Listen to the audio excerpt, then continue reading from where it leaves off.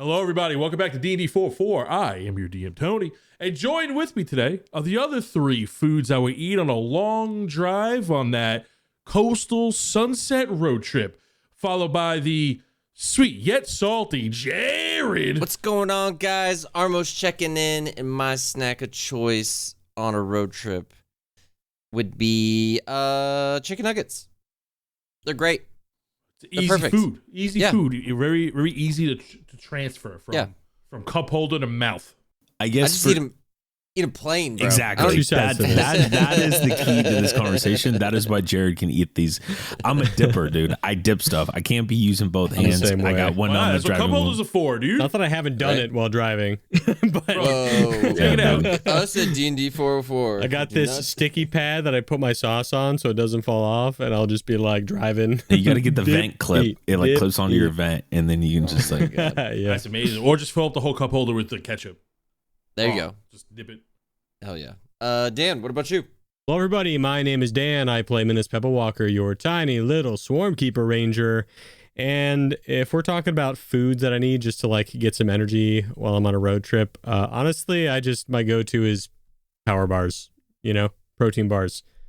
I don't know if I have a specific one, just whatever peanut butter protein bar I can grab is going to be the easiest thing for me to eat on the road. If you're talking snacks, it'll probably be combos. Combos. What do you mean combos?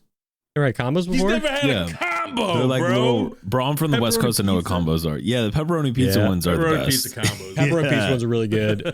There's 7-layer dip one's my favorite, but it's not around anymore. I've never had that. Yeah. What about you, Alec? Yeah, my name is Alec. I play Drell of the Ashborn, and my go-to snack behind the wheel is easily sunflower seeds. I've been eating sunflower seeds classic. since I've been a kid. Love them. Easy to do, easy to eat while driving. They're the best. You wash it down with a nice cold white Monster and you're fucking set. What about you, Tony? Thank you. You stole half my answer, but you know what? I'll accept it. I'm gonna go with the hot dog, fully loaded. By the way, I'm talking all condiments. Not a corn dog, a hot dog. No, hot dog, ketchup, mustard, relish, fully loaded. It's already on the perfect vehicle, perfect transport while driving. You don't got to move your mouth, nut. It just goes right in there. Perfect he definitely driving. spills on his shirt while he's driving. Absolutely not. You definitely do. I'm an experienced hot dog eater driver. Okay, ain't no spillage. I trust you. Wow. I think there's a good chance when you're eating that behind the wheel compared to everybody else. But we'll test it, dude. I will go on a 10-minute drive with you. There you go. White T-shirt. And just scarf a glizzy. What? And I'll go on a bumpy road out in Nebraska. Confident. I like the confidence. White That's what shirt, I like to hear. bumpy road in Nebraska. Longest hot dog you've seen in your life. We'll get one from Sonic. You know what I'm saying? Fully loaded. That bad, my shirt will come out clean. 6-inch or full on? Yeah. I'm talking that foot long Chicago dog. Yeah, you like the ones with like the slice of pickle in it or what, Yeah, man? dude. I mean, ketchup, mustard, relish. Yeah, kill me. That was such a beat drop, too. It's so good. Oh. All right, Tony, run us down, please. You know the deal. Before we do the recap, we're going to do the run down. And I'm doing the rundown today. And what I'm running down is merch. That's right. We have the full streetwear line on the website, DND404.com. It's springtime, baby. You know what that means? It's cold in the morning, warm in the evening, which is perfect hoodie weather year round. All right. You cold at night, you got a hoodie. You cold during the day because you got thin skin, you got a hoodie. And guess what? It's got your favorite character on it too. And it looks cool. It's Japanese 80s inspired and it fits all sizes. That's right. We go down from extra small to Josh Cinnamon Norris sizes. Okay. Your boy wears a couple X's on his back and I guarantee you we got you covered in those sizes. So go ahead. Get your big back self a hoodie. Keep warm this spring. And we're going to go ahead and roll for the recap. Nice. Now you know the deal. I'm going to roll my giant foam D4. I am number 1. 2 is Alec. 3 is Dan. 4 is Jared. I'm going to shoot it behind my back. Biscuits. Redo. I'm going to shoot it behind my back. Has to lead touch the rim. And Then I'll accept it. You're also like real into the camera, which I appreciate, but you're blocking. Okay. Redo it. Redo. Yeah, we're stuck on the behind the back thing. Turn a little more. There you go. Now, but your hand, when you go up, you're gonna block Straight. You're gonna block the shot, though. Yeah, there you go. So you got to put your hand down right away. You left your hand I'll take it. Hit the door. I'll take it. Yeah, I'll take it.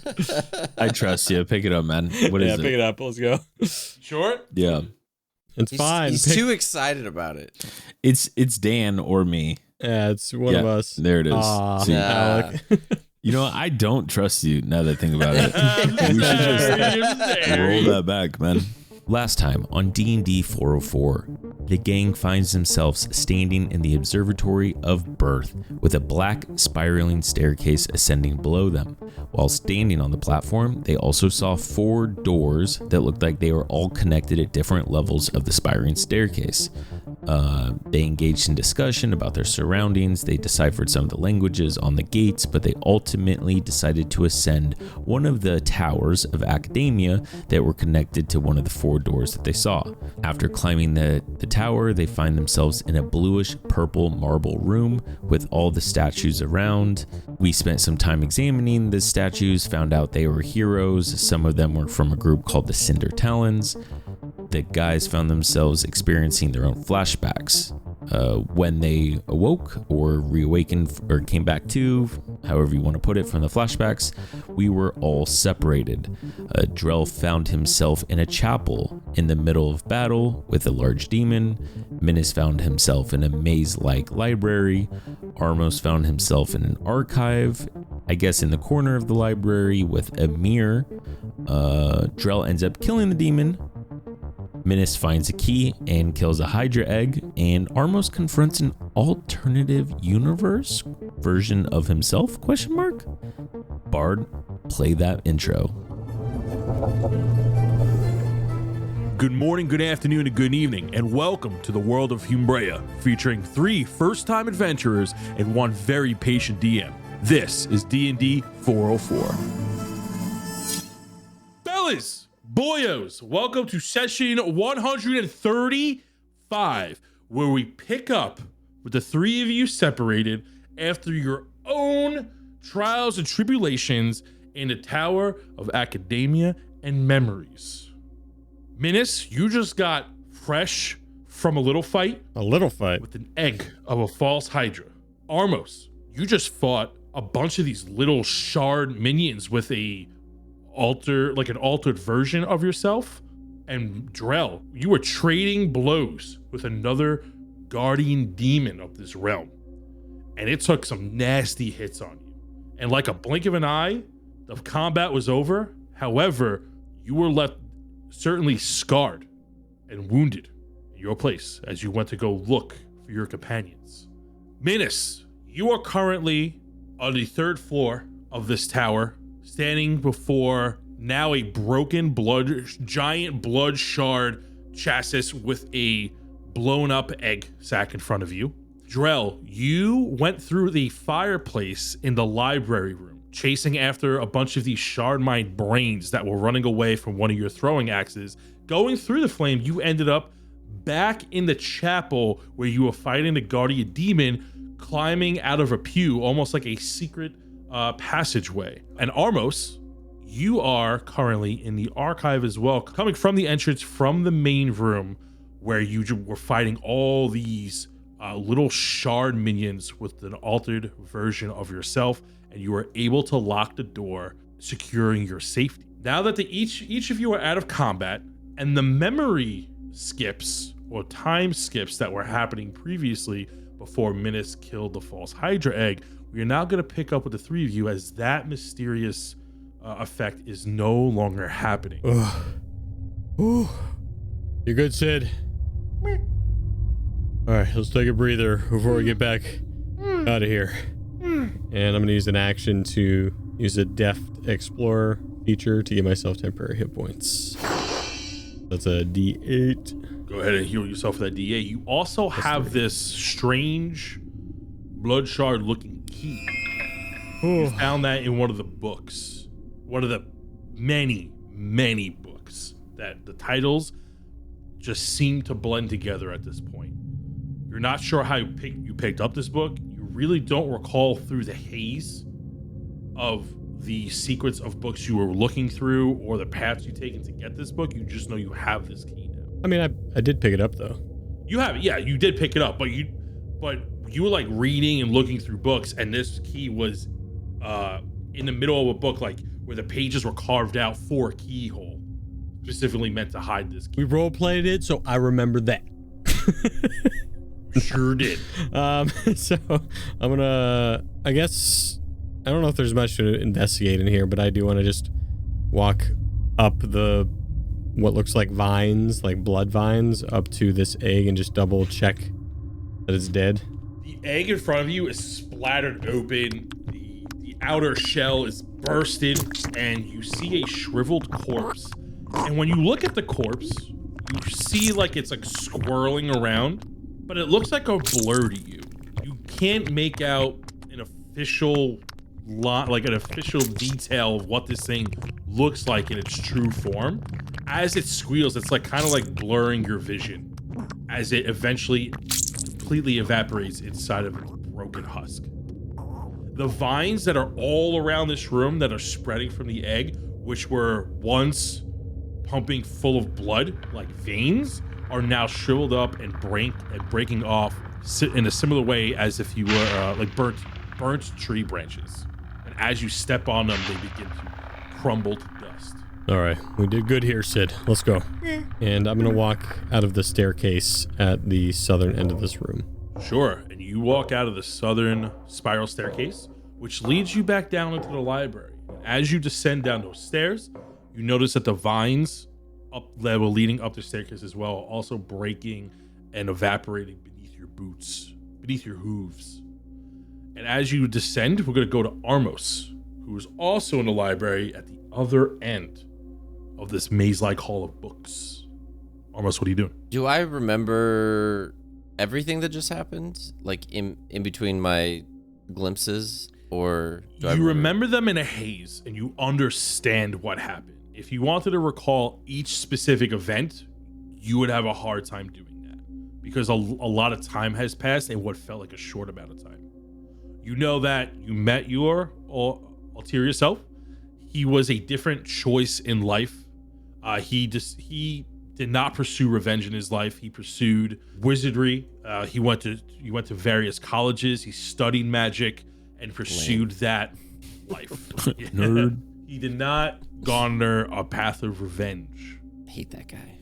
Those little monsters, I forgot to ask this in our last session. Did I kill any of them? You did kill several. You killed because they were so weak. Yeah. 13. Whoa. Damn, Oros. Holy jeez. I'm gonna start looking around. I see many leather-bound books, and I just want to see if there's one that like sticks out to me for any particular reason, and if so, I want to grab it and get a look at it because I wasn't able to. I can't recall looking at a book from here, and I see obviously something big at the end of the hallway. Yeah. So go ahead and give me an investigation check as you're like looking through these books that are stacked on the shelves. 13. You look through these books, and although they are organized, you do see tomes of like various low-level spells. You see memoirs of various creatures and heroes, but you like skim through some of them, and you realize you're reading a book about a creature's life, like an alligator, or like some type of astral plane version of a reptilian creature. It's like food, hunt, eat, family, breed, egg, food. And you look through a bunch of these books along the rack, and you realize that these are thoughts of low intellectual creatures in book form. There's no rhyme or reason. There's no chapters, prologues, epilogues, nothing. It does not read like a story. You do see some books of medium level intelligence creatures and humanoids, and it looks like various thoughts, except those thoughts are written out as names of people they've met, little short memories. They read like each little memory is written like a passage, very shrunk down on the page, but it doesn't read like a normal book. Nothing really sticks out to you as you get like the section that you're in is scattered memoirs is the best way to put it. But at the end of that hall, you see this giant book leaning up against the corner of the wall, and it looks like a giant tome of spells. Spells. Armos is very intrigued and quickly starts reading. You go towards the book, and you see at the brim of the tome itself has a magical aura on it, and the page that it's open to is a spell you recognize. It's the spell True Polymorph. On that book, on its pages, it tells you what True Polymorph does, and you know what it does. You know the spell. You know how it works inside and out. But the various notes you see are runes of Baelun. You see different organs drawn on it. Humanoid type organs. Lungs with a giant X over it. You see a liver, a stomach. You see a heart. The heart is highlighted. And then you see some other scratchings and dribbles on it. And it looks like the True Polymorph spell is highlighted around the organ of a heart. And then you see some information about blood. The information you see about blood is all scientific.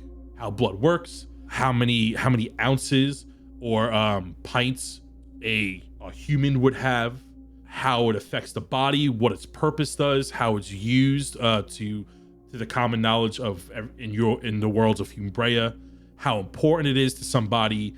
And you see some notes that a toddler would make about kids, like blood good, blood stay in body. And then you see some highly scientific investigative work about blood, where it controls oxygen, where it goes from one organ to another, as it works as the juice of the body, the main lubricator, all these weird ways to describe what blood actually does. And then you see the heart, a picture of a heart highlighted.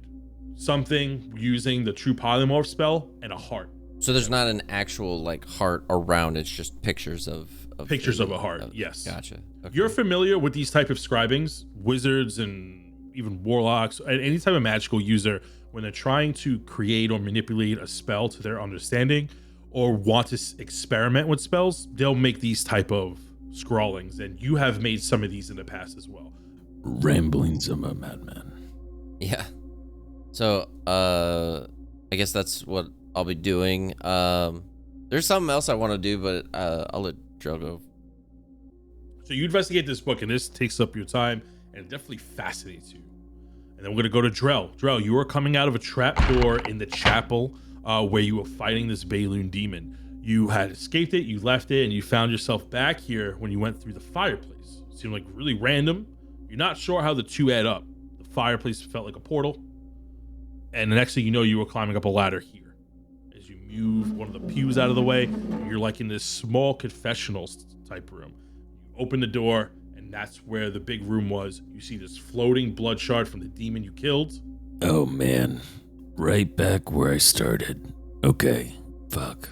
Well, I know I gotta go meet up with the guys real quick, but I want to try to get in one of these doors and see if something's behind here.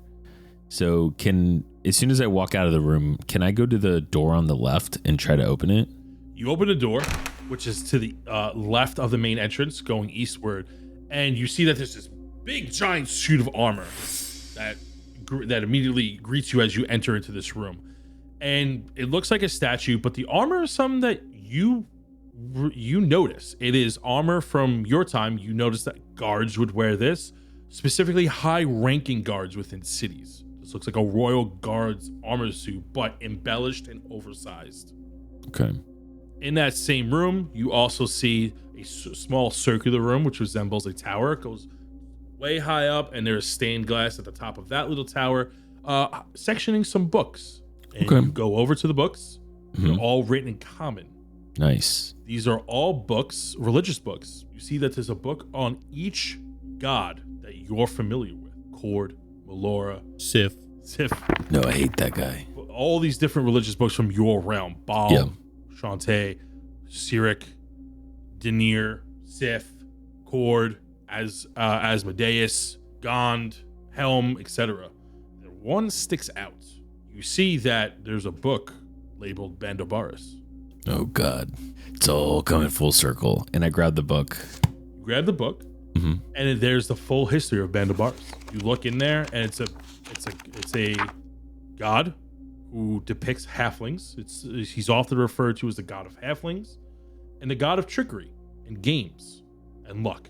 And it's all these little childhood stories and passages about Bandabaris, how he likes to play games with people, meet new people, romance all people of all different kinds, change shapes, sizes, different races, species, genders on occasion, and to fraternize and wander the material plane. He's most commonly known as the god of trickery. Oh my god, it says here he's a vegetarian. No wonder him and Minnis got along so well.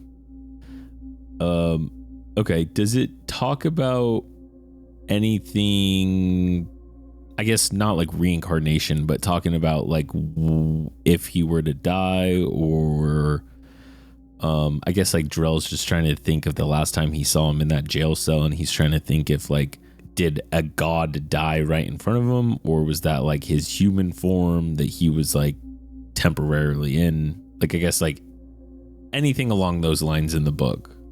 It doesn't say anything about if he's currently alive or dead. It just tells the history of it.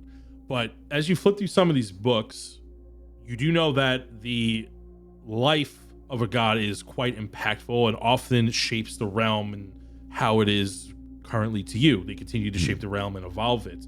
You do know that if there would be a section where it theorized how it would react if this god would die or cease to exist.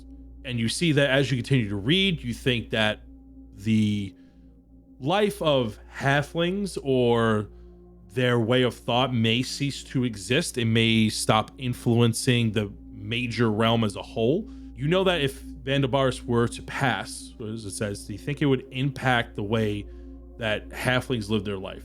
They are commonly jovial, although they like to play tricks in a very playful nature, make really good thieves. They think that way of life would begin to be skewed as he's not influencing the world anymore. And it would have a small to medium impact on life overall and make a not so big of a scene if he were to leave. Okay. Interesting. And you notice that his like symbol looks like a halfling footprint. And there's like different variations of this symbol. It looks like it could be in dirt, mud, foliage, but the halfling footprint is the common theme of all of his symbols and religious relics. And just to be more specific, his common domains mechanically are healing, luck, travel, and trickery. And those are all the stories. All the stories in the book reflect those 4 main traits. Got it. Okay. Maybe I'll keep that book. So Drell puts it in his bag. Mm-hmm. He thinks maybe Minnis would like to read up on it because Minnis was like friends with them. So I think he might use it or be interested in it. I guess I want to do one last look over on the bookshelf, make sure I didn't miss anything before I head out. And then as I head out, I want to look at that armor again. And I'm just curious, what size does it look like? It looks much taller than you. It looks like Damn it. It's meant to be admired, not practical. Bro, if Drell would have came back to his friends wearing full-on knight armor, that would have been the funniest thing. Okay. I'll allow you to take the helmet for cosmetic reasons. Nice. And wear Okay. wear the helmet. But can I fit my sunglasses under it? Yes, it's really big. All right, dope. Drell puts on the helmet. And then he continues to walk out. And I want to just try that other locked door one more time. I think that was on the far side, the north side of the building. Yeah, so I walk out of the room and then I go to the north side. There are 2 locked doors. One of them has a keyhole and the other one does not. The one that doesn't smells pretty bad. The one that does have a keyhole, you don't get any sense from other than evil. Okay, I try to open the evil door. It is locked. Can I try to break the door? How would you like to try to break the door? Actually, can I try to pick the lock? How would you like to pick the lock? I'm going to take out one of my throwing axes and I'm going to use the butt of the throwing axe and try to shove it in the hinge and try to pick it because I don't have a Roll lock. me a sleight of hand check. All right, nice. Hey, that's an 18. As you shove the butt of the hand axe through the keyhole, this oversized hand axe through a tiny keyhole, you see that the door begins to glow red, knocks you back as you take Oh, fuck. 14 points Ow. of magical bludgeoning damage as you are forced back 10 feet. Okay. damn it. So the last thing I'm going to do is then, as Drell just makes his way back to the guys, because he already knows the way over there since he walked this way, he's just going to drink a health potion. Cut to Minnis. All right, Sid, let's go find out what this key goes to. Yeah. I saw a passageway over on the east side. Maybe we should just check that out, huh? All right. Yeah, let's go that way. Whoa. What's this thing? Can I see this? Down the hall, you see this brain that has been crystallized over, mixed with blood shards, with all these loose tendrils and a bird-like beak sticking out of its back, sticking out of the brain, and it's holding a book, and it looks like it's reading as it's quickly skimming through various books. It's holding like 3 books at the same time and using its little tendrils to skim through the pages. Excuse me, you didn't happen to see a Goliath go through this way, did you? And a tiefling? It ignores you. It keeps skimming. Okay, rude. Let me just go by you. Okay, I'm just gonna. Yep, this is fine. That's fine. Oh, there are more. Find the passageway on the eastern side. Find this passageway on the eastern side of this blue marble-like bridge, and you see 2 of these shard-brained creatures, and they're also looking through various books. Good day. Excuse me. Good day. Good day. They're throwing books, and you're like ducking out of the way as they're constantly picking up. Okay. All right, have fun with your books. Guys, hello. As I'm crossing this bridge to what looks like a castle. When you enter this room, crossing the bridge, it gets you to another part of the tower, a separate room. There's stone, black obelisk walls all around, just like from the room you came, with a large stained glass roof.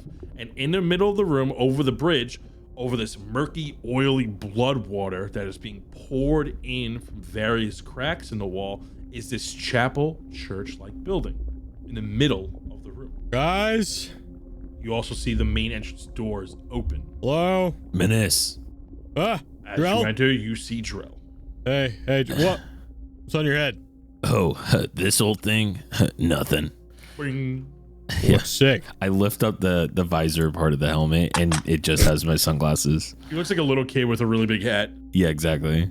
You look sick. Yeah, that's what I thought. Sick. What's going on here? You Evil know, stuff? Yeah, I'm just trying to break open these doors. I mean, some of them are locked, but like I got into one, and I found this helmet and a book and some other stuff. But as the 2 of you talk, we're gonna shift over to Armos. And Armos, you are currently studying this book with Reginald, and Reginald is trying to read it through with you, trying to make sense of it. True polymorph. That's a funny looking organ. You said that was a kidney? Yeah, it's something like that. Okay, and that's a lung, and you breathe out of these things? Yeah. Okay, yeah. and that's a You heart. kind of need those. You're saying that's where love comes from? No, I think Minnis said that. Oh, okay. But like belief too, right? yeah, this is a complicated And question. hope, but anger. Yeah. Oh, okay. So it doesn't just. So love is inside. Like this is something you guys make inside of you. Yes. Wow. And just to get them really thinking, and it comes out of your pores as well. It's really gross and weird. Yeah. What's a pore? Ask Minnis. And I started walking away. I want to, as I'm walking down the hall, trying to like find my way through this whole place, I just want to pick up a book and like do something nefarious to it, because I feel like if that book said a bunch of things of possibly to help, or things to help him, maybe some of these books are maybe helping a crystal in some way or giving him some knowledge. So I want to try to like destroy one of the books. You take a book, and it's one of these books of various thoughts from a creature. You cast Firebolt, and you ignite it, and it begins to burn up. You look onto the shelf, and you see that it begins to slowly rematerialize. Interesting. All right, cool. I'm gonna find my way through this library of some sort. So I just start going through the maze, trying to labyrinth. Labyrinth. I'm a genius. There's no Minotaur. You spend some time. You go through this, and you notice these shard brain-looking creatures with bird beaks and tendrils, and they are flipping through books. Reginald, get ready. I'm gonna keep getting closer. These things. What are they? They're like these little brain creatures that just really a brain? I teach you what brains is, and now you're telling me what brains are? Come on. It's like tell me something new. They just absorb like knowledge. They just they transfer messages back and forth. You said enough. Not going that way. And as you go through, you make yourself through this maze. Oh, there's another one. Run, quick. And you go through and you find this blue marble stone bridge. And as you climb these blue marble stairs leading to a wooden bridge, you notice that you are now in this giant room with stained glass. The bridge is over this bubbly, oil-like blood water with a chapel church in the middle of the room with the moon looming ominously over it. And then as you enter, you see Minnis and Drell. Kick the door open. Ha! Whoa. Oh. Hey, Armos. You good? What are you doing? Wait, what? I thought this was some bad. Wait, this is Drell? That you under there? Got a sick helmet. Yeah, what's up? Whoa, Red. I know, right? Isn't that way too big? That's way Did too you big. get It smaller, doesn't really fit. No, it fits me just fine. You got smaller, right? Yeah, Otherwise the helmet would fit. yeah, exactly. Yeah. Oh, speaking of helmets, I had to put on old reliable.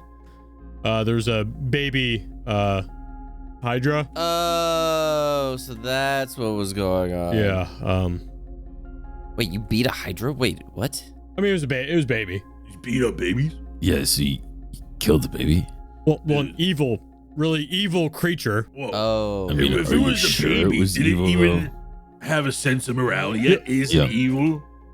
It's literally made of souls. Yes, it's evil. Are we all made of souls? I thought we had this discussion No, already. we are made of our own soul. We make our soul. We don't have time for this. Reginald, remember what I was telling you about pores? It doesn't even have any pores yet. What's a pour? Yeah. Pour? What, like a tall drink? Yeah. That would make drinks? Why are you talking to him about drinks? Yeah, just maybe I'm lucky to be a demon. You guys are weird. All right, listen, I took care of it, though. Looks like we're not going to have to worry too much about that anymore. When you say took care of it. It's dead, Armos. It's dead. Oh, okay. Wow. Yeah. Really see another side of you, Ernest. You put the baby to sleep. He does air quotes. Reginald does air quotes. The baby's down for a nap. You're not going to make me feel bad about this. You killed the baby. That's pretty intense. Shut up. As he goes to look at this frog in the top left. You look at this frog statue that's sitting on top of a pile of all these little blood shards. It's a giant statue. It is a statue of Ritz, Gulak, in demonic toad form. Evil. All right, I'm going to go look at other stuff. Yeah, so, Minnis, this is the door I told you about over here. And I point to the door.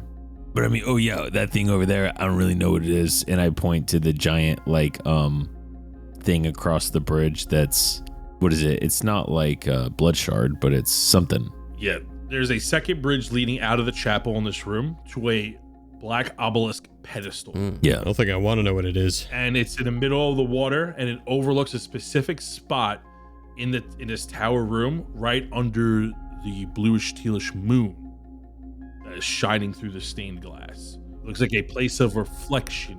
Yeah, Armos probably wouldn't go out there. Armos is still messing with the statue, like it's actually Rich Gulak's like, I'm gonna absolutely ruin your life when I see you next. He tries to break the statue in some way. You perform various amounts of graffiti to the statue. Yeah. As Minnis, you feel a rumbling within your pouch, specifically from the book of the key. All right. I found this when I was under the spell, I guess you could say, from the Hydro when it was doing its sing-song, and probably got to go to this, so let's try it out. Oh, yeah. Drell takes a step back. I throw the book behind me and take out the key and just gonna put it in and twist. You place the key in there. Yeah, by the way, that door likes to hit you back. What? Slides in as if it's being pulled in. And the door unlocks. Miz puts his hands up and flinches, ready for a blast. Very echoey way where it sounds like the what's on the other side of this door is very hollow, like a cave. Minnis opens his eyes. I think I'm good, Drell. Am I good? Did I get hit? Yeah, you're good. Okay. You open the door. You stop it. I opened it. You open the door and Why'd you close see, just like in the room right before you entered the tower, is this vast room of space that looks all around. You do not see any platforms other than a staircase made of red marble like blood shards ascending upwards. And it ascends into a spiral that continues to head up. I don't know where else we're going, so I'm heading in. Drell follows Minnis. Yep. Let's see where this goes. No, we're good. You take the staircase and you begin to ascend blood shard staircase. And as you ascend, you eventually goes into a spiral as if you were ascending a tower. And then, almost as a blink of an eye, you begin to see walls form around you. Black obelisk-like walls. You feel like you're entering another floor of this tower. And as you enter the room, you are greeted with various colors. Floor is pitch black. There's this stained glass ceiling with the moon high above. And in front of you, a large black obelisk pedestal. The floor around you is black like space with the tiles in between illuminating orange and purple. The platform that looks like a staircase has a massive portal on it and is completely encompassed by all these blood shards. Above that is a giant demon skull with all of these red blood shards on the four corners of the room. To your east and west, this tower room looks more like a rectangle that is completely enclosed, are these weird pseudopod-like relics. They are warbling in and out like it's breathing, like a worm. And this worm-like statue that looks alive is hovered around these two green gems. There's a gem on your right, there's a gem on your left. They look like living statues. And on the center of the pedestal before you is this blood shard flicked mind flayer. Armos, you look at this mind flayer that has been completely corrupted by the Bayloon magic. Eyes are red, skin is torn apart, inside are blood shards spilling out. Its tendrils coming from the back of its skull, and multiple eyes gleaming red are opening from various parts of its face as the tendrils over its mouth form the shape of a skull. The mind flayer is completely naked with the blood shards accenting as some type of royal clothing of some kind.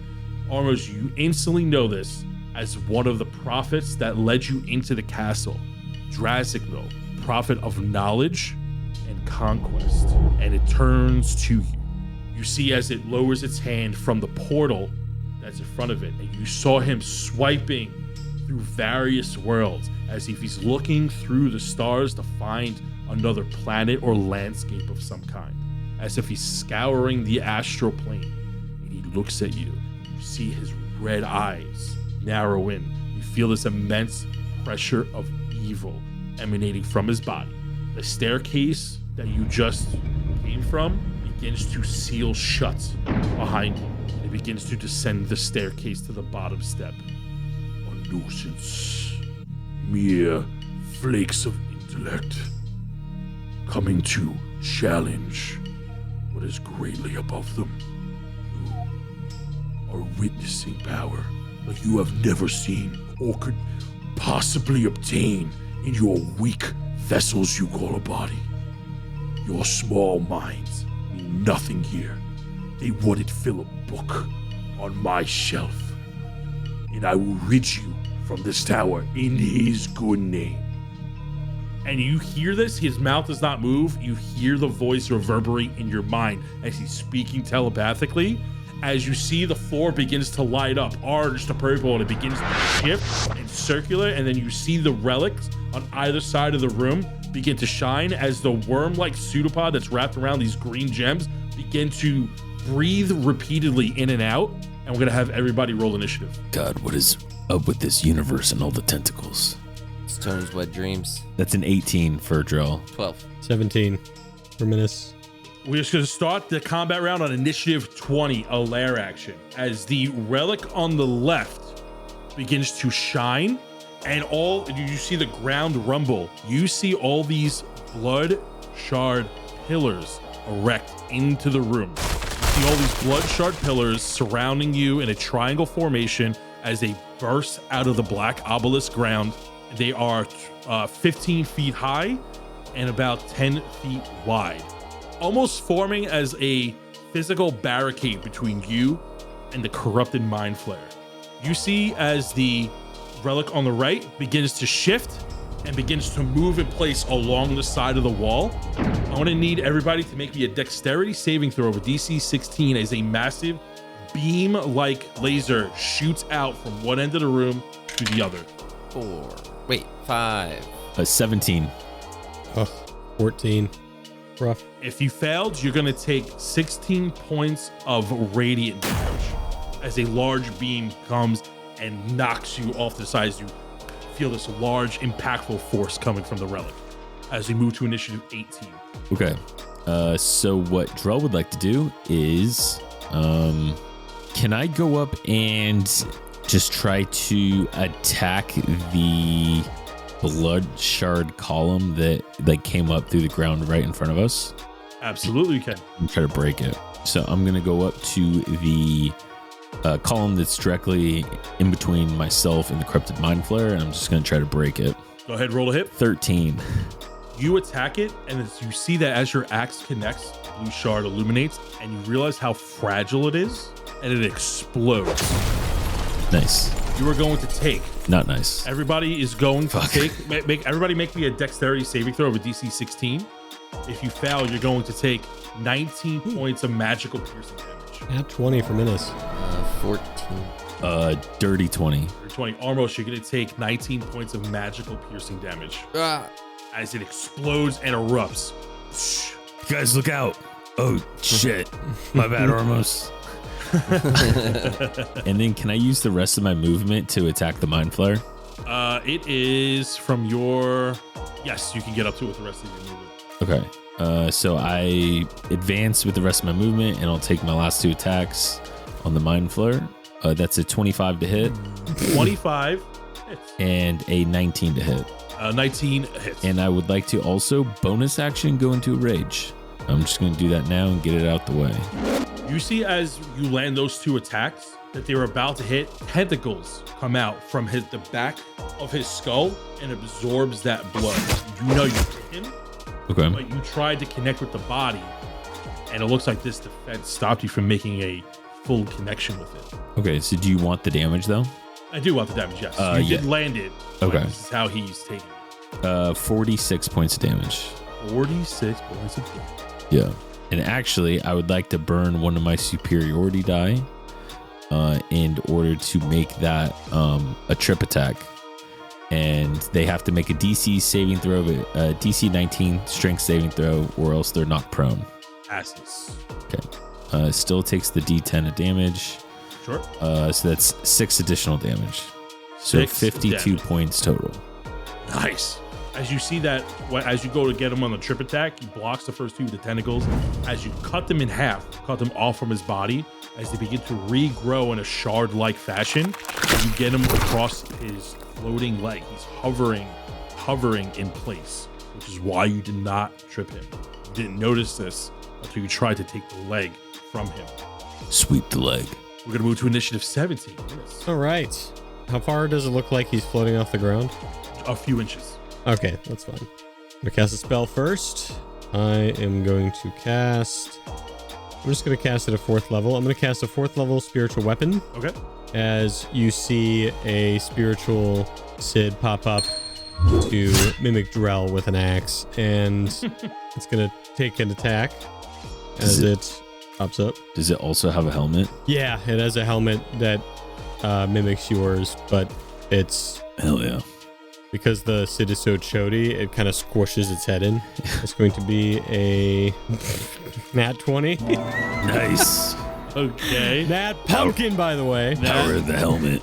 As it takes 11 points of force damage. Man, it rolled so low on all those. 11 points of force damage.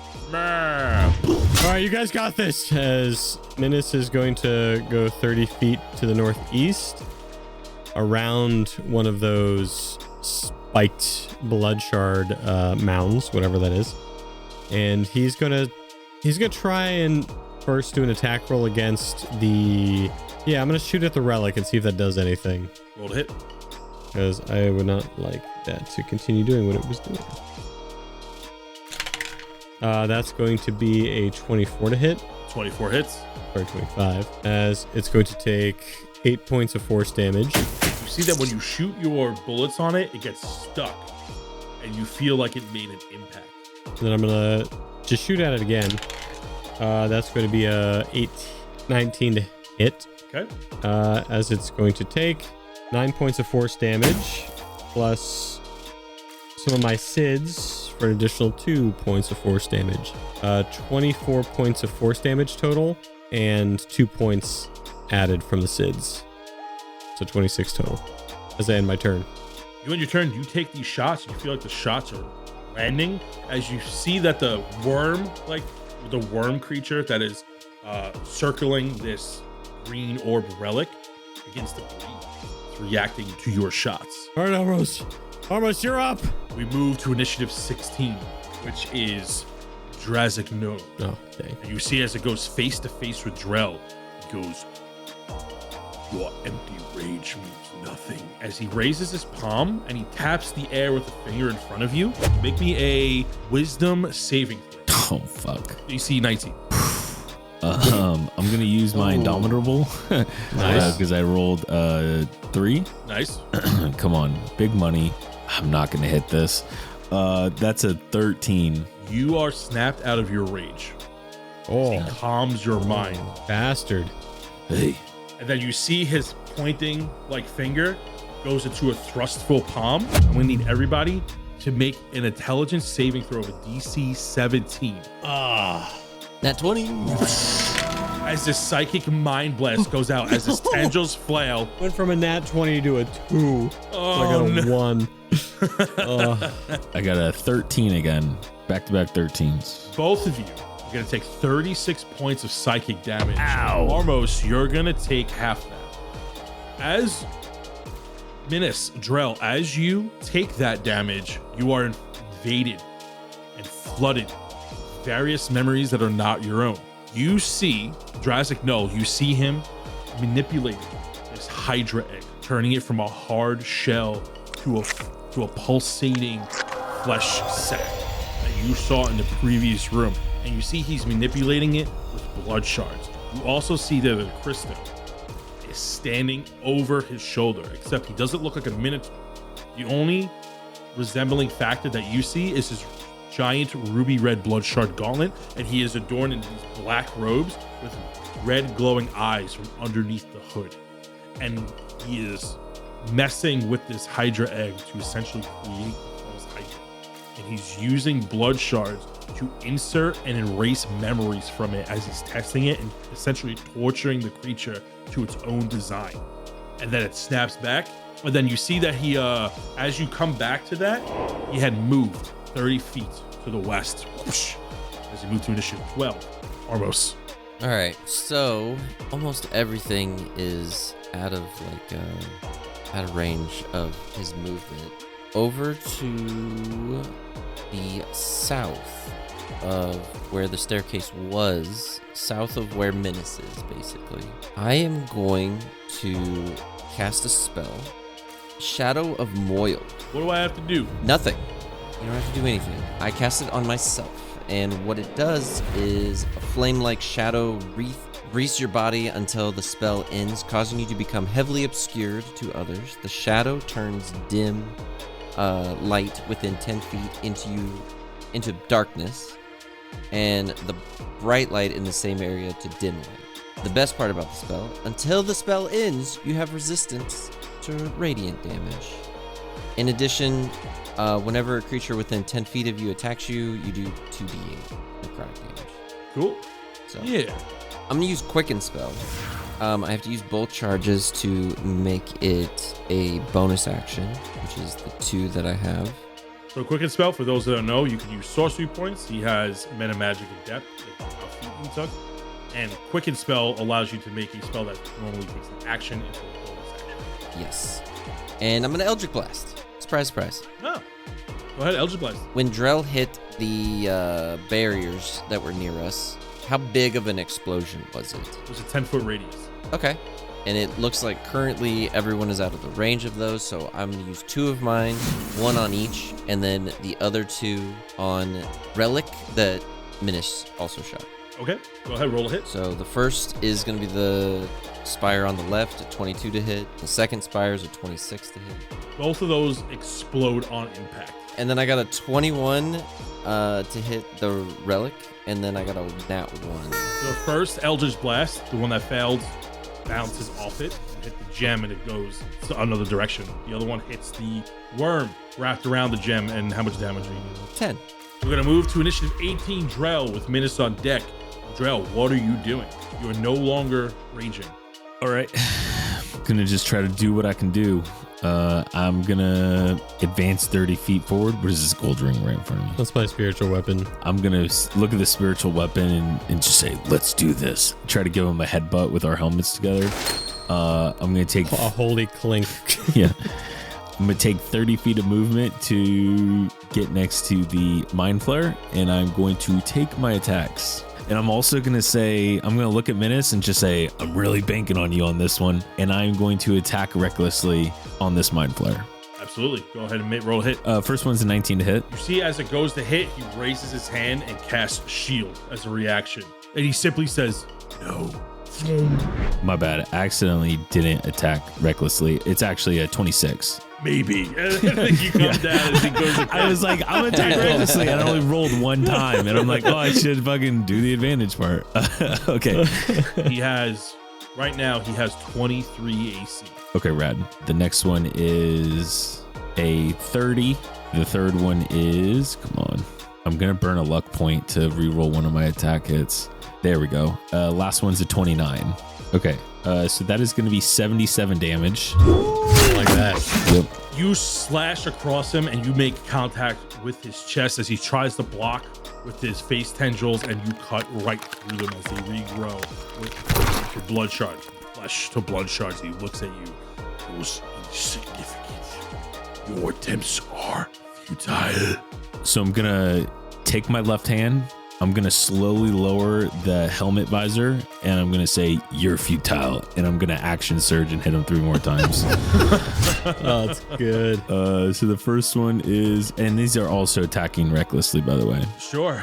Okay, so the first one is a 24 to hit. The next one is a, don't do me. Second one was a 19. Misses. And then the last one is a 24. So that is 53 more damage. And then I am also going to burn another superiority die to make this a distracting strike. So other attackers have advantage. 2 points of damage. So 55 damage total on my second attack. You don't hear any grunts of pain coming from him, but you do see visceral scarring and wounds as he begins to bleed these blood shards from every wound is being replaced with blood shards. It's becoming more crystalline as you're hitting him. And then the last thing I would do is, like the bonus action, drink a potion of greater healing as fast as I can before he hits me. Sure. Be like, you don't see this, but okay, that's not too bad. That's 16 HP I get back. We're gonna move to initiative 17 minutes. All right, first thing I'm going to do is I'm going to step in between Drell and Armos, and I'm going to cast a first level Bless. Cast a Bless. So you two and me now have Bless. That's a D4 to all your attack rolls and saving throws. And then I'm going to tell Sid, get over there! Hit him! As the Chody Spiritual Sid moves 20 feet over to the Mind Flayer demon creature, and it's going to make an attack roll. Ooh! That is a 28 to hit. 28 hits. 12 points of force damage. Ooh, very nice. Now my turn where I am. We go to Drazik Noru with Armos on deck. As you see, as he looks around, he looks at his palm as blood begins to crystallize and coagulate upon his hand. And he looks at the three of you again. He goes, enough of this. You would say parlor tricks. He's going to, you see all the tendrils from the back of his skull stretch out, become larger, and make a beeline towards all of you, expanding over 80 feet, coming at each of you. First one's going to come at Minnis with a 25 to hit. Yep. The second one's going to come at Armos with a 22 to hit. And then 2 on Drell with advantage. An 18 to miss. Mm-hmm. Wow. And a nat 1. Misses. Armos and Minnis, you're both going to take 24 points of psychic damage as these tendrils lash out from behind his skull, reach across the room. And as he's doing that with his hands free, you see that he makes like an X formation, spreads his hands out as he casts a spell. Counterspell. Oh. Roll me a... DC equal to 10 plus the spell's level. Okay, he needs to beat a 15 because this is a 5th level spell. Armos is supposed to do it. Huh? Oh my god. Now one? What'd you get? 11. I could use dark ones, and it's a D10. Low chance, but there's a chance. Oh, No. The dice tell the story. Yep. I am its It's all humble good. narrator. As you see, a barrier begins to form around him on the center of his location as he casts Globe of Invulnerability. I know that. I know this one. Oh, shit. Yes. What this spell does is that an immobile shimmering barrier appears within that radius. It's slightly stronger. It's a 20-foot radius from him. Remains for the duration. Begins to concentrate. Any spell, level 5 or lower, cast from outside a barrier can't affect anything within it. Such a spell can target creatures and objects within the barrier, but the spell has no effect on them. Similarly, the area within the barrier is excluded from areas of effects created by such spells. So if you cast Fireball inside of it, nothing happens. As we move to initiative 12, Armos. Okay. Interesting. I forgot to do my layer actions. The dice tell the truth. Yes, the dice tell the story. I am its humble narrator. Yes. Okay. Seeing that and looking at the potential lair action that's on the wall, I mean relic that's on the wall, I'm going to Eldritch Blast, the one that I've been shooting just to Sure. drive this thing home. So, Eldritch Blast, a 15 to hit for the first one. Another nat 1. See, it lands. However, you do not make any impact. Then a 25 to hit. Breaks through. You hit the fleshy part of the relic. And then a 25 to hit. 21 total damage. 21 total damage. 21. You see that the relic is bleeding. He's bleeding. I'm going to get closer to the relic. So I'm on the right side of the room, east side of the room, I guess, and I'm walking towards the relic. We are going to initiative 20, which is a lair action. Drell on deck. As you see the relics illuminate. Ooh. You see that the relic on the right begins to shoot again. Minnis and Armos make me a dexterity saving throw. Saw that coming. As another beam shoots out. 19. Bro, that's like Oh. 3 nat 1s in like short period of time. Oh, you'll fail as you take 20 points. Force damage. Force damage? It was radiant damage last time. Force damage. You did say radiant last time. It was radiant damage. My bad. Sorry. Okay, because that was the whole reason I cast that ability. Yes. I also have it in my notes. It does say radiant damage. I It apologize. was like, I either just And like, down below No, says listen to change me. it once Listen to Jared me. casts the ability to yeah, right? Gets I was like, did I Kamaz. just get scared? totally act like it was force damage this whole time. You know what's funny? When you cast that spell, I'm like, okay, thanks for protecting yourself against radiance in a demon place, and I didn't catch my own fucking That's funny. 20 points of damage. And then the relic on the left begins to shine as you feel immense pressure filling the room. It begins to become hard to breathe. You feel like you're out of breath by standing there. You feel the weight of your armor as gravity essentially becomes more severe. For the time being, everyone has half movement. No, all of us. Everybody, the entire room. As we move to initiative 18, Drell, inside the globe of invulnerability, as immense pressure begins to weigh you down, similar to your doubt. I'm gonna continue to keep trying to attack him. Eat his ass. Yeah. So I'm gonna just go for it. The first one is a 29 to hit. It hits. Second is that's not good. Second one is a 13 to hit. Misses. Oh wait, I add bless, right? Yeah. It's only a D4. That's a 1. 14. Misses. Damn. Last one is a nat 20. I'm gonna make this a menacing attack. So they need to make a wisdom saving throw of a DC 19, or they are frightened until the end of my next turn. You attack him, but you know without a doubt that this thing is not scared of him. Okay, well, it should be because it took 80 points of damage. It is dead. As he takes 80 points of damage, you leave a nasty scar across his face as you drag your axe against it. And he takes it and he looks back for the first time, makes a painful grunt as you hear this yell inside your mind. It sounds like a shriek as glass shatters. Insignificant pods of flesh. Weak, intellectual maggots. Nothing more than a bag of pus and flesh of greed. Insignificance.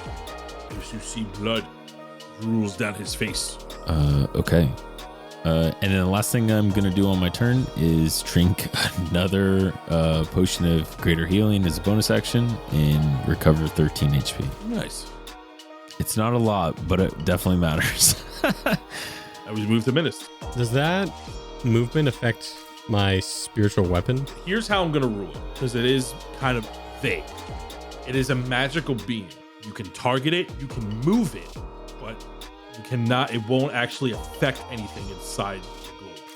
But it doesn't get dispelled. Yeah, it doesn't get dispelled, but does that didn't answer my movement question though. It can, I'm sorry. Yeah, it can move, but it can't physically affect anything. Yeah, I'm just using my bonus action to move it 20 feet. And then I'm going to, Minnis feels like Armos can kind of finish off the one on the right. So he's going to finish off try to start hitting the relic on the left. And I'm just going to start slinging bullets at it.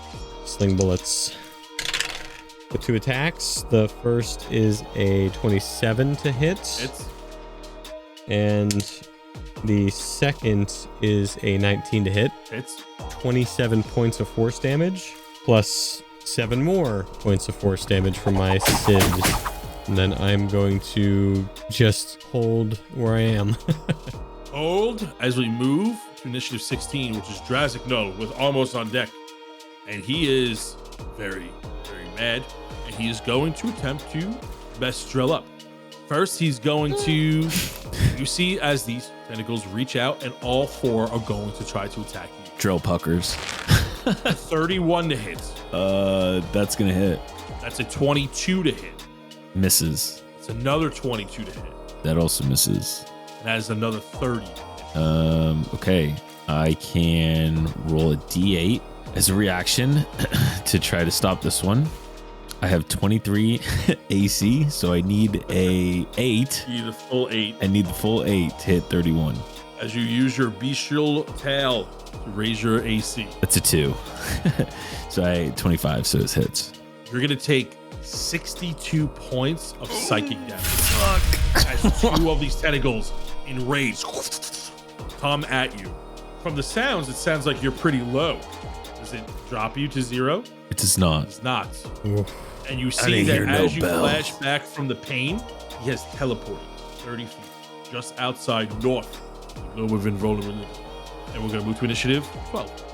Armos, sick of these games, sees that an opportunity as the Mind Flayer moves out of the globe of invulnerability, and then immediately drops everything he does, starts casting something that he's never casted before, and wondering how this is gonna go. Your reign doesn't end in blood, it ends in silence, and I cast Enfeeble Mind. What do I have to do? You have to beat a DC 19 intelligence save throw. Got a 22. You picked the thing with great intelligence. As you cast Ray with Enfeeblement, he goes, "The silence is deafening. On a failed save, 15 damage. Not as cool. 15 points of damage as you feel this heavy resistance of psychic energy coming from your mind to his as you make a connection, as you get this vast explosion of knowledge of various worlds at the astral plane, and a glimpse of these shattered planes of existences with creatures, dead creatures spanning fields like a war zone has passed, of like simple creatures, monsters, to whole cities of these species you've never seen before, just completely decimated. And you see the Drazignol standing side by side with the Crystal as all these glimpses flash into your head as you make that psychic connection with him. As you move to initiative 20, which is a lair action, the relic begins to glow again as the immense pressure begins to lift. Because it rolled that same one again. And the other relic, the damaged relic, spawns in these 2 shard brain creatures that you saw in the library, and they have these blood shard-like pincers, and they begin to float out. And the 2 begin to attack Armos as he's the closest one. Oh, I hate with these a things. 19 hit, and they're going to deal 7 points of normal piercing damage. And that's going to be that round. We've moved to initiative 18. Drell. Movement is cut in. Is no longer cut in half. You can move full. Okay. So he is 50 feet away from me. So I would like to bonus action consume a Swift Thistle Brew, which I'm sorry, I don't know why I keep getting this confused. A Quick Thistle Brew, which adds 15 feet. So that gives me 45 feet. So what I will do is I will then move 45 feet. He's within 5 feet of me. I would like to use a lunging strike to then add 5 more feet to my reach, which then would allow me to hit him. Roll a hit. That's an 18 to hit. 18 hits. Okay, so my first attack is 31 damage. Hit. Wow. And then I'm going to use a second superiority die to make, well, my last one actually, to make my final lunging attack on him. And that is going to be attacking recklessly. 29 to hit. Hits. 36 damage. 36 damage. Drell, finish it. Nice. Oh, nice. So completely bleeding and just literally on the brink of dying. Drell is in full serious mode, and he just unleashes like fury and just keeps slashing and slashing and slashing. And then finally, I feel like he just takes his axe and just plants it in the Mind Flayer's chest, and then just breaks through, and the body just splits in half. My conquest will not be ceased here. I will be resharded as I've been before. You are nothing, insignificant. And as you hit him repeatedly over and over again, he calls you a different name for dumb. Thwack! Stupid, foolish, insignificant, slow, thick, dense, dim-witted, brainless. As you smash his flesh brain shard mind skull into the ground, completely flattening him. As you see the room's colors begin to fade from orange to purple, and you go almost making these weird whirling noises as you see the pseudopod relics begin to bleed and crack as they begin to deflate, and the brain, the little brain minds, the shard brains that have come out of the relic slowly dissipate onto the floor and bleed out. You are now out of combat. You take a look around the room, and you see that the portal that Drazignol was shifting through deactivates as the portal to all these worlds that he was scrolling through no longer works. And you see that the pillars, the stone pillars that make up the outer rim of the portal, crack and spread apart. And then as silence enters the room, like a vast void, as it begins to echo like a cave once more, hear the loud chunk, like gears moving, of something unlocking from another room. Oh, everybody good? Ah! And I shoot at one of those brain things and kill it as it's attacking Armos. Get him off me. Get him off me. As I take my rapiers and help Armos finish these off. Oh God, sorry, I didn't see those come out. I was focused on the fight ahead, you know? Oh my God, I think I feel dumber. I think they ate my brains. It's all right. It's all right. Maybe if you eat their brains, you'll get them back. I'm kidding. Not time to kid. I'm sorry. I'm gonna go do other stuff. The staircase begins to reform where you entered. Pedestal in front of you is also now beginning to crack as the room begins to shift. Very slowly, looks like it's breaking down. You venture back into Melora's embrace as I pat Chody Sid on the head and he dissipates away. Man, that guy was kind of annoying and full of himself, huh? Yeah, Drell, what was he saying to you? Drell's like passed out on the ground. Like super. Drell? You okay? Yeah, I think he needs some medical attention. Drell just gives a thumbs up. Maybe we can use this room to take a break. Drell gives 2 thumbs up. The way the room is acting, you cannot rest here. It looks like it's slowly breaking apart as the stairs and pedestals begin to break away. Okay, we're gonna have to get out of here. You do notice something behind the pedestal, that large demon skull. Yeah. You notice its eyes are full with a red liquid. However, it doesn't have the consistency of blood. And Reginald points this out to you. And he goes, well, you could always use that thing. What? It's kind of like it's kind of like a beer tap. You know, like a keg. You know those giant kegs at the houses we used to go to eat and drink? Oh, you mean Drell's alchemist joke? Like the alchemist, yeah. But like, it's kind of like the red things you've been drinking when, you know, the Drell does like 17 times a fight. What, it's got potion liquid inside? I wouldn't really call it a potion, but kind of. Squinty eyes. Demons will, you know, like my creatures would sip from them when needed. Drell, you want to give it a shot? Yeah, Drell gets up and starts making his way over to it. Yeah, Reginald says it'll heal you up. I guess we'll find out. Sure. You just kind of like have to accept it and let it like pour into your mouth. The more you talk about it, the less I want to do it. So It's not great. I'll be upfront with you. It's not great. okay. Well, at least thanks for the heads up. And Drell will drink some of it, I guess. Go ahead and make me a Constitution saving throw with DC 12. Okay. Well, I have plus 11, so Go roll in that one. almost did. Dirty 20. Dirty 20. You stand under this giant demonic skull as this red potion-like substance falls on you as you pass, and it begins to drip, and it tastes like blood to you. It's high in iron, but you do feel some of its magical effects, and it pours for as long as you drink. And as you drink, you notice that the eyes begin to dwindle down. Mechanically, there's 145 health points in this for the 3 of you to share. And I will let you decide how much you take from it. Drell holds out his axe. It is a shared tool. Don't touch it. No, I'm just kidding.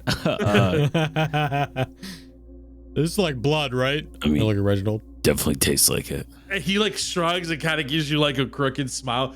Kinda. What do you mean? Kind Stop of. asking questions. What's it made of? Minnis, just stop asking questions, please. It's gonna make you not want to drink it or shower in it or Look, whatever we're doing. Any port in a storm, you know? I'm gonna take a potion that I have. Yeah, I'm good. I don't need this. This is where I draw the line. I can't believe you're doing this, Drell. God, it's Really, like, this think is of where the you draw the souls. line. Think of the souls. There's that no souls came in this. from It's just like- liquid. Anyways, Reginald gives a side eye. you guys are being so mature. And then how many health points are in it? There's 145 health points total. Drell takes all of it, I guess. Yeah, it's all you, man. Yeah, Drell takes all 145. And as you sip the last of it, you notice that the room is beginning to decompose as the stained glass above you with the moon shining in a seemingly astral plane-like room begins to like crack. You feel the room is decomposing in some way. And the three of you leave through the stairs, climb down the blood-shard staircase back into the chapel room in the tower, and you notice that the locked door with no keyholes from before, Drell, is now open. This is the one that smelled bad, right? Yes, you got a foul stench from this one. Oh, interesting. Okay, That's where we're going to end this week's session. Nice. I took 6 potions of healing, by the way, Dang! and used an action to give myself temporary hit points with my ranger feature. We got some stuff to talk about on the I'll after drink my potion of healing. I did not get a as lot, 10 well. HP. I know. I'll drink 3 of mine. Nice. Drell's still down to rest. Just because, I mean, honestly, the HP I would have got back in the hit die, it's all the other things mechanically I get back is like a fighter that I burned through. Right. That one fight. But yeah, good episode. It's fun. I love a good boss fight. Me too. Yes. There's a lot of foreshadowing. I try to hit you before coming to this point. I wonder if you guys are starting to connect the dots a little bit. We shall see. Yes. Smelly room. Indubitably. Yes. He's foreshadowing a Christo calling us dumb in so many different ways. Right. Yeah, I just got bullied as I was killing the guy. It's insane. He's like, you doo-doo head. Doo-doo face. All right, so that's where we're going to end this week's session. Great session. Really fun. Does anybody have any recommendations before we head out? I got one. Do it. Actually, no. Everyone probably has that right now. I don't have one. Okay. Last time I was going to say the Oblivion remake. I played an hour of it. It's fantastic. But that's a no-brainer. That's going to sell millions of copies. Yeah, I mean, we'll all just give that. That's a free suggestion. Before it's a recommendation. You know what I mean? Maybe it sucks. It's maybe super it's got optimized. graphic. It makes me want to get a issues. 5090 to play it on Ultra Max. Because this game, like, it pushes the graphics card hard. Oh, yeah? Yeah, highly detailed. So if you don't have one, then don't get it. Then don't get the game if you don't have a good graphics. I turned it on. Get the old game. I turned it on, and my 2080 Super FTW, whatever you want to call it, how fancy is like, I'm getting real tired, boss. I heard some bones cracking there, you know? I'm not gonna lie to you. Feeling it. I've never played Oblivion. Never played the original. Oh, man. Yeah. Really should. Well, just play the update. Maybe this is a wreck for Alec then, but Oblivion is one of the best Elder. It is the best Elder Scrolls Fun fact game for me. Never played an Elder Scrolls game. Oh, wow. Wow. Just doubling That's down. wild to me. Doubling down. Probably one of the Bethesda's best works. I agree. Yeah, because we know it's not Fallout. Anyways. Yeah. First of all, leave 3 in New Vegas alone. They're separate. As good as 3 is how good like Oblivion is. You know what I'm saying? That's the comparison. I'm just gonna recommend Gentleman's Dispute. Gentleman's Dispute. There you go. Oh, so Yeah. fun. Free game free. right now. Oh. Super silly, a little You janky. and 4 Free? Yeah, you and 4 friends play it. You'll have laugh out loud time. Yeah, Laugh it's out somewhat loud like time. Human Fall Flat-esque, at least in the design. Okay. It's ridiculous in every thing you can think of. Yeah, you upgrade You your want to character throw as you 30 battle. nukes at somebody? Yeah. You can do it. You want to That's my fly specialty. an old plane at somebody? And yep, you can do it. Maybe just jump You into wanna- people to hurt them. Yeah. All match. Yep. You can do it. You want to throw people, you want to smack somebody across the face so that they fall down, pick them up, and throw them into a Oh, I train? knew I. Talk to Dan. I did it to him. They have a map called the Pancake House. Yes, coming out. Tell you everything you need It's to in know. demo right now, so it's free. So definitely play it while it's free. And then when it comes out, I don't know how much it's going to cost, but $5.99. so worth. Calling it now. that's my guess, something like that. You know, I thought Jared was going to have a different video game rec because it's something I've seen him playing recently. But I guess we'll talk about that on the after show. A little Yeah. teaser. You already did. Yeah. See if it's Cookie actually clicker. any good. He's wrecking Cookie Clicker. It's pretty great. I gotta say, it's way better than you think it is. But all right, guys. All right. We'll see you next time. Everybody give your most condescending intellectual goodbye. Yes. Goodbye, you imbecile. Later. Oh, get off your tomfoolery. Hey everyone, it's Tony and a fun fact about May is that it's my birthday. What's a better way for a dungeon master to celebrate than to have a D&D party with all our patrons? That's right. The night was a lot of fun, and let's recap some of our best moments. Starting with the Shadow Smugglers, their gifts and birthday cards were absolute top tier, albeit somewhat mildly offensive, but let's go ahead and get into some of those. Starting first up is Benjamin Hayes with a beautiful card saying congrats on leveling up, and inside it says you've gained +1 wisdom, +1 charisma, and let's be honest, no dexterity. All right, but hey, at least you still roll better than your actual coordination. Oh, wonderful. And it came gifted with this custom miniature of themselves. Okay. And next up is Annie with a beautiful card saying you survived another year. Sure, you didn't thrive. You kind of stumbled with bad rolls, questionable decisions, and an inventory full of useless junk. But hey, survival counts. Congrats. Thanks, Annie. And with your wonderful gift of a massive bag of D12s, the most underused die in D&D. But then we got a strong gift from Julius Kendrick with a birthday card shaped like a mace saying, you're like a legendary artifact. Rare, powerful, and honestly, a little outdated, slightly cursed, and probably way too complicated for anyone to actually use. Happy birthday, you magnificent mess! Oh! And it came with a giant life-size cardboard cutout of their character. Oh, this is beautiful, Julius. Thank you. And our last Shadow Smuggler, Reese, with a beautiful card saying, roll for birthday success. Hey, even on a natural 1, you're still the best at one thing.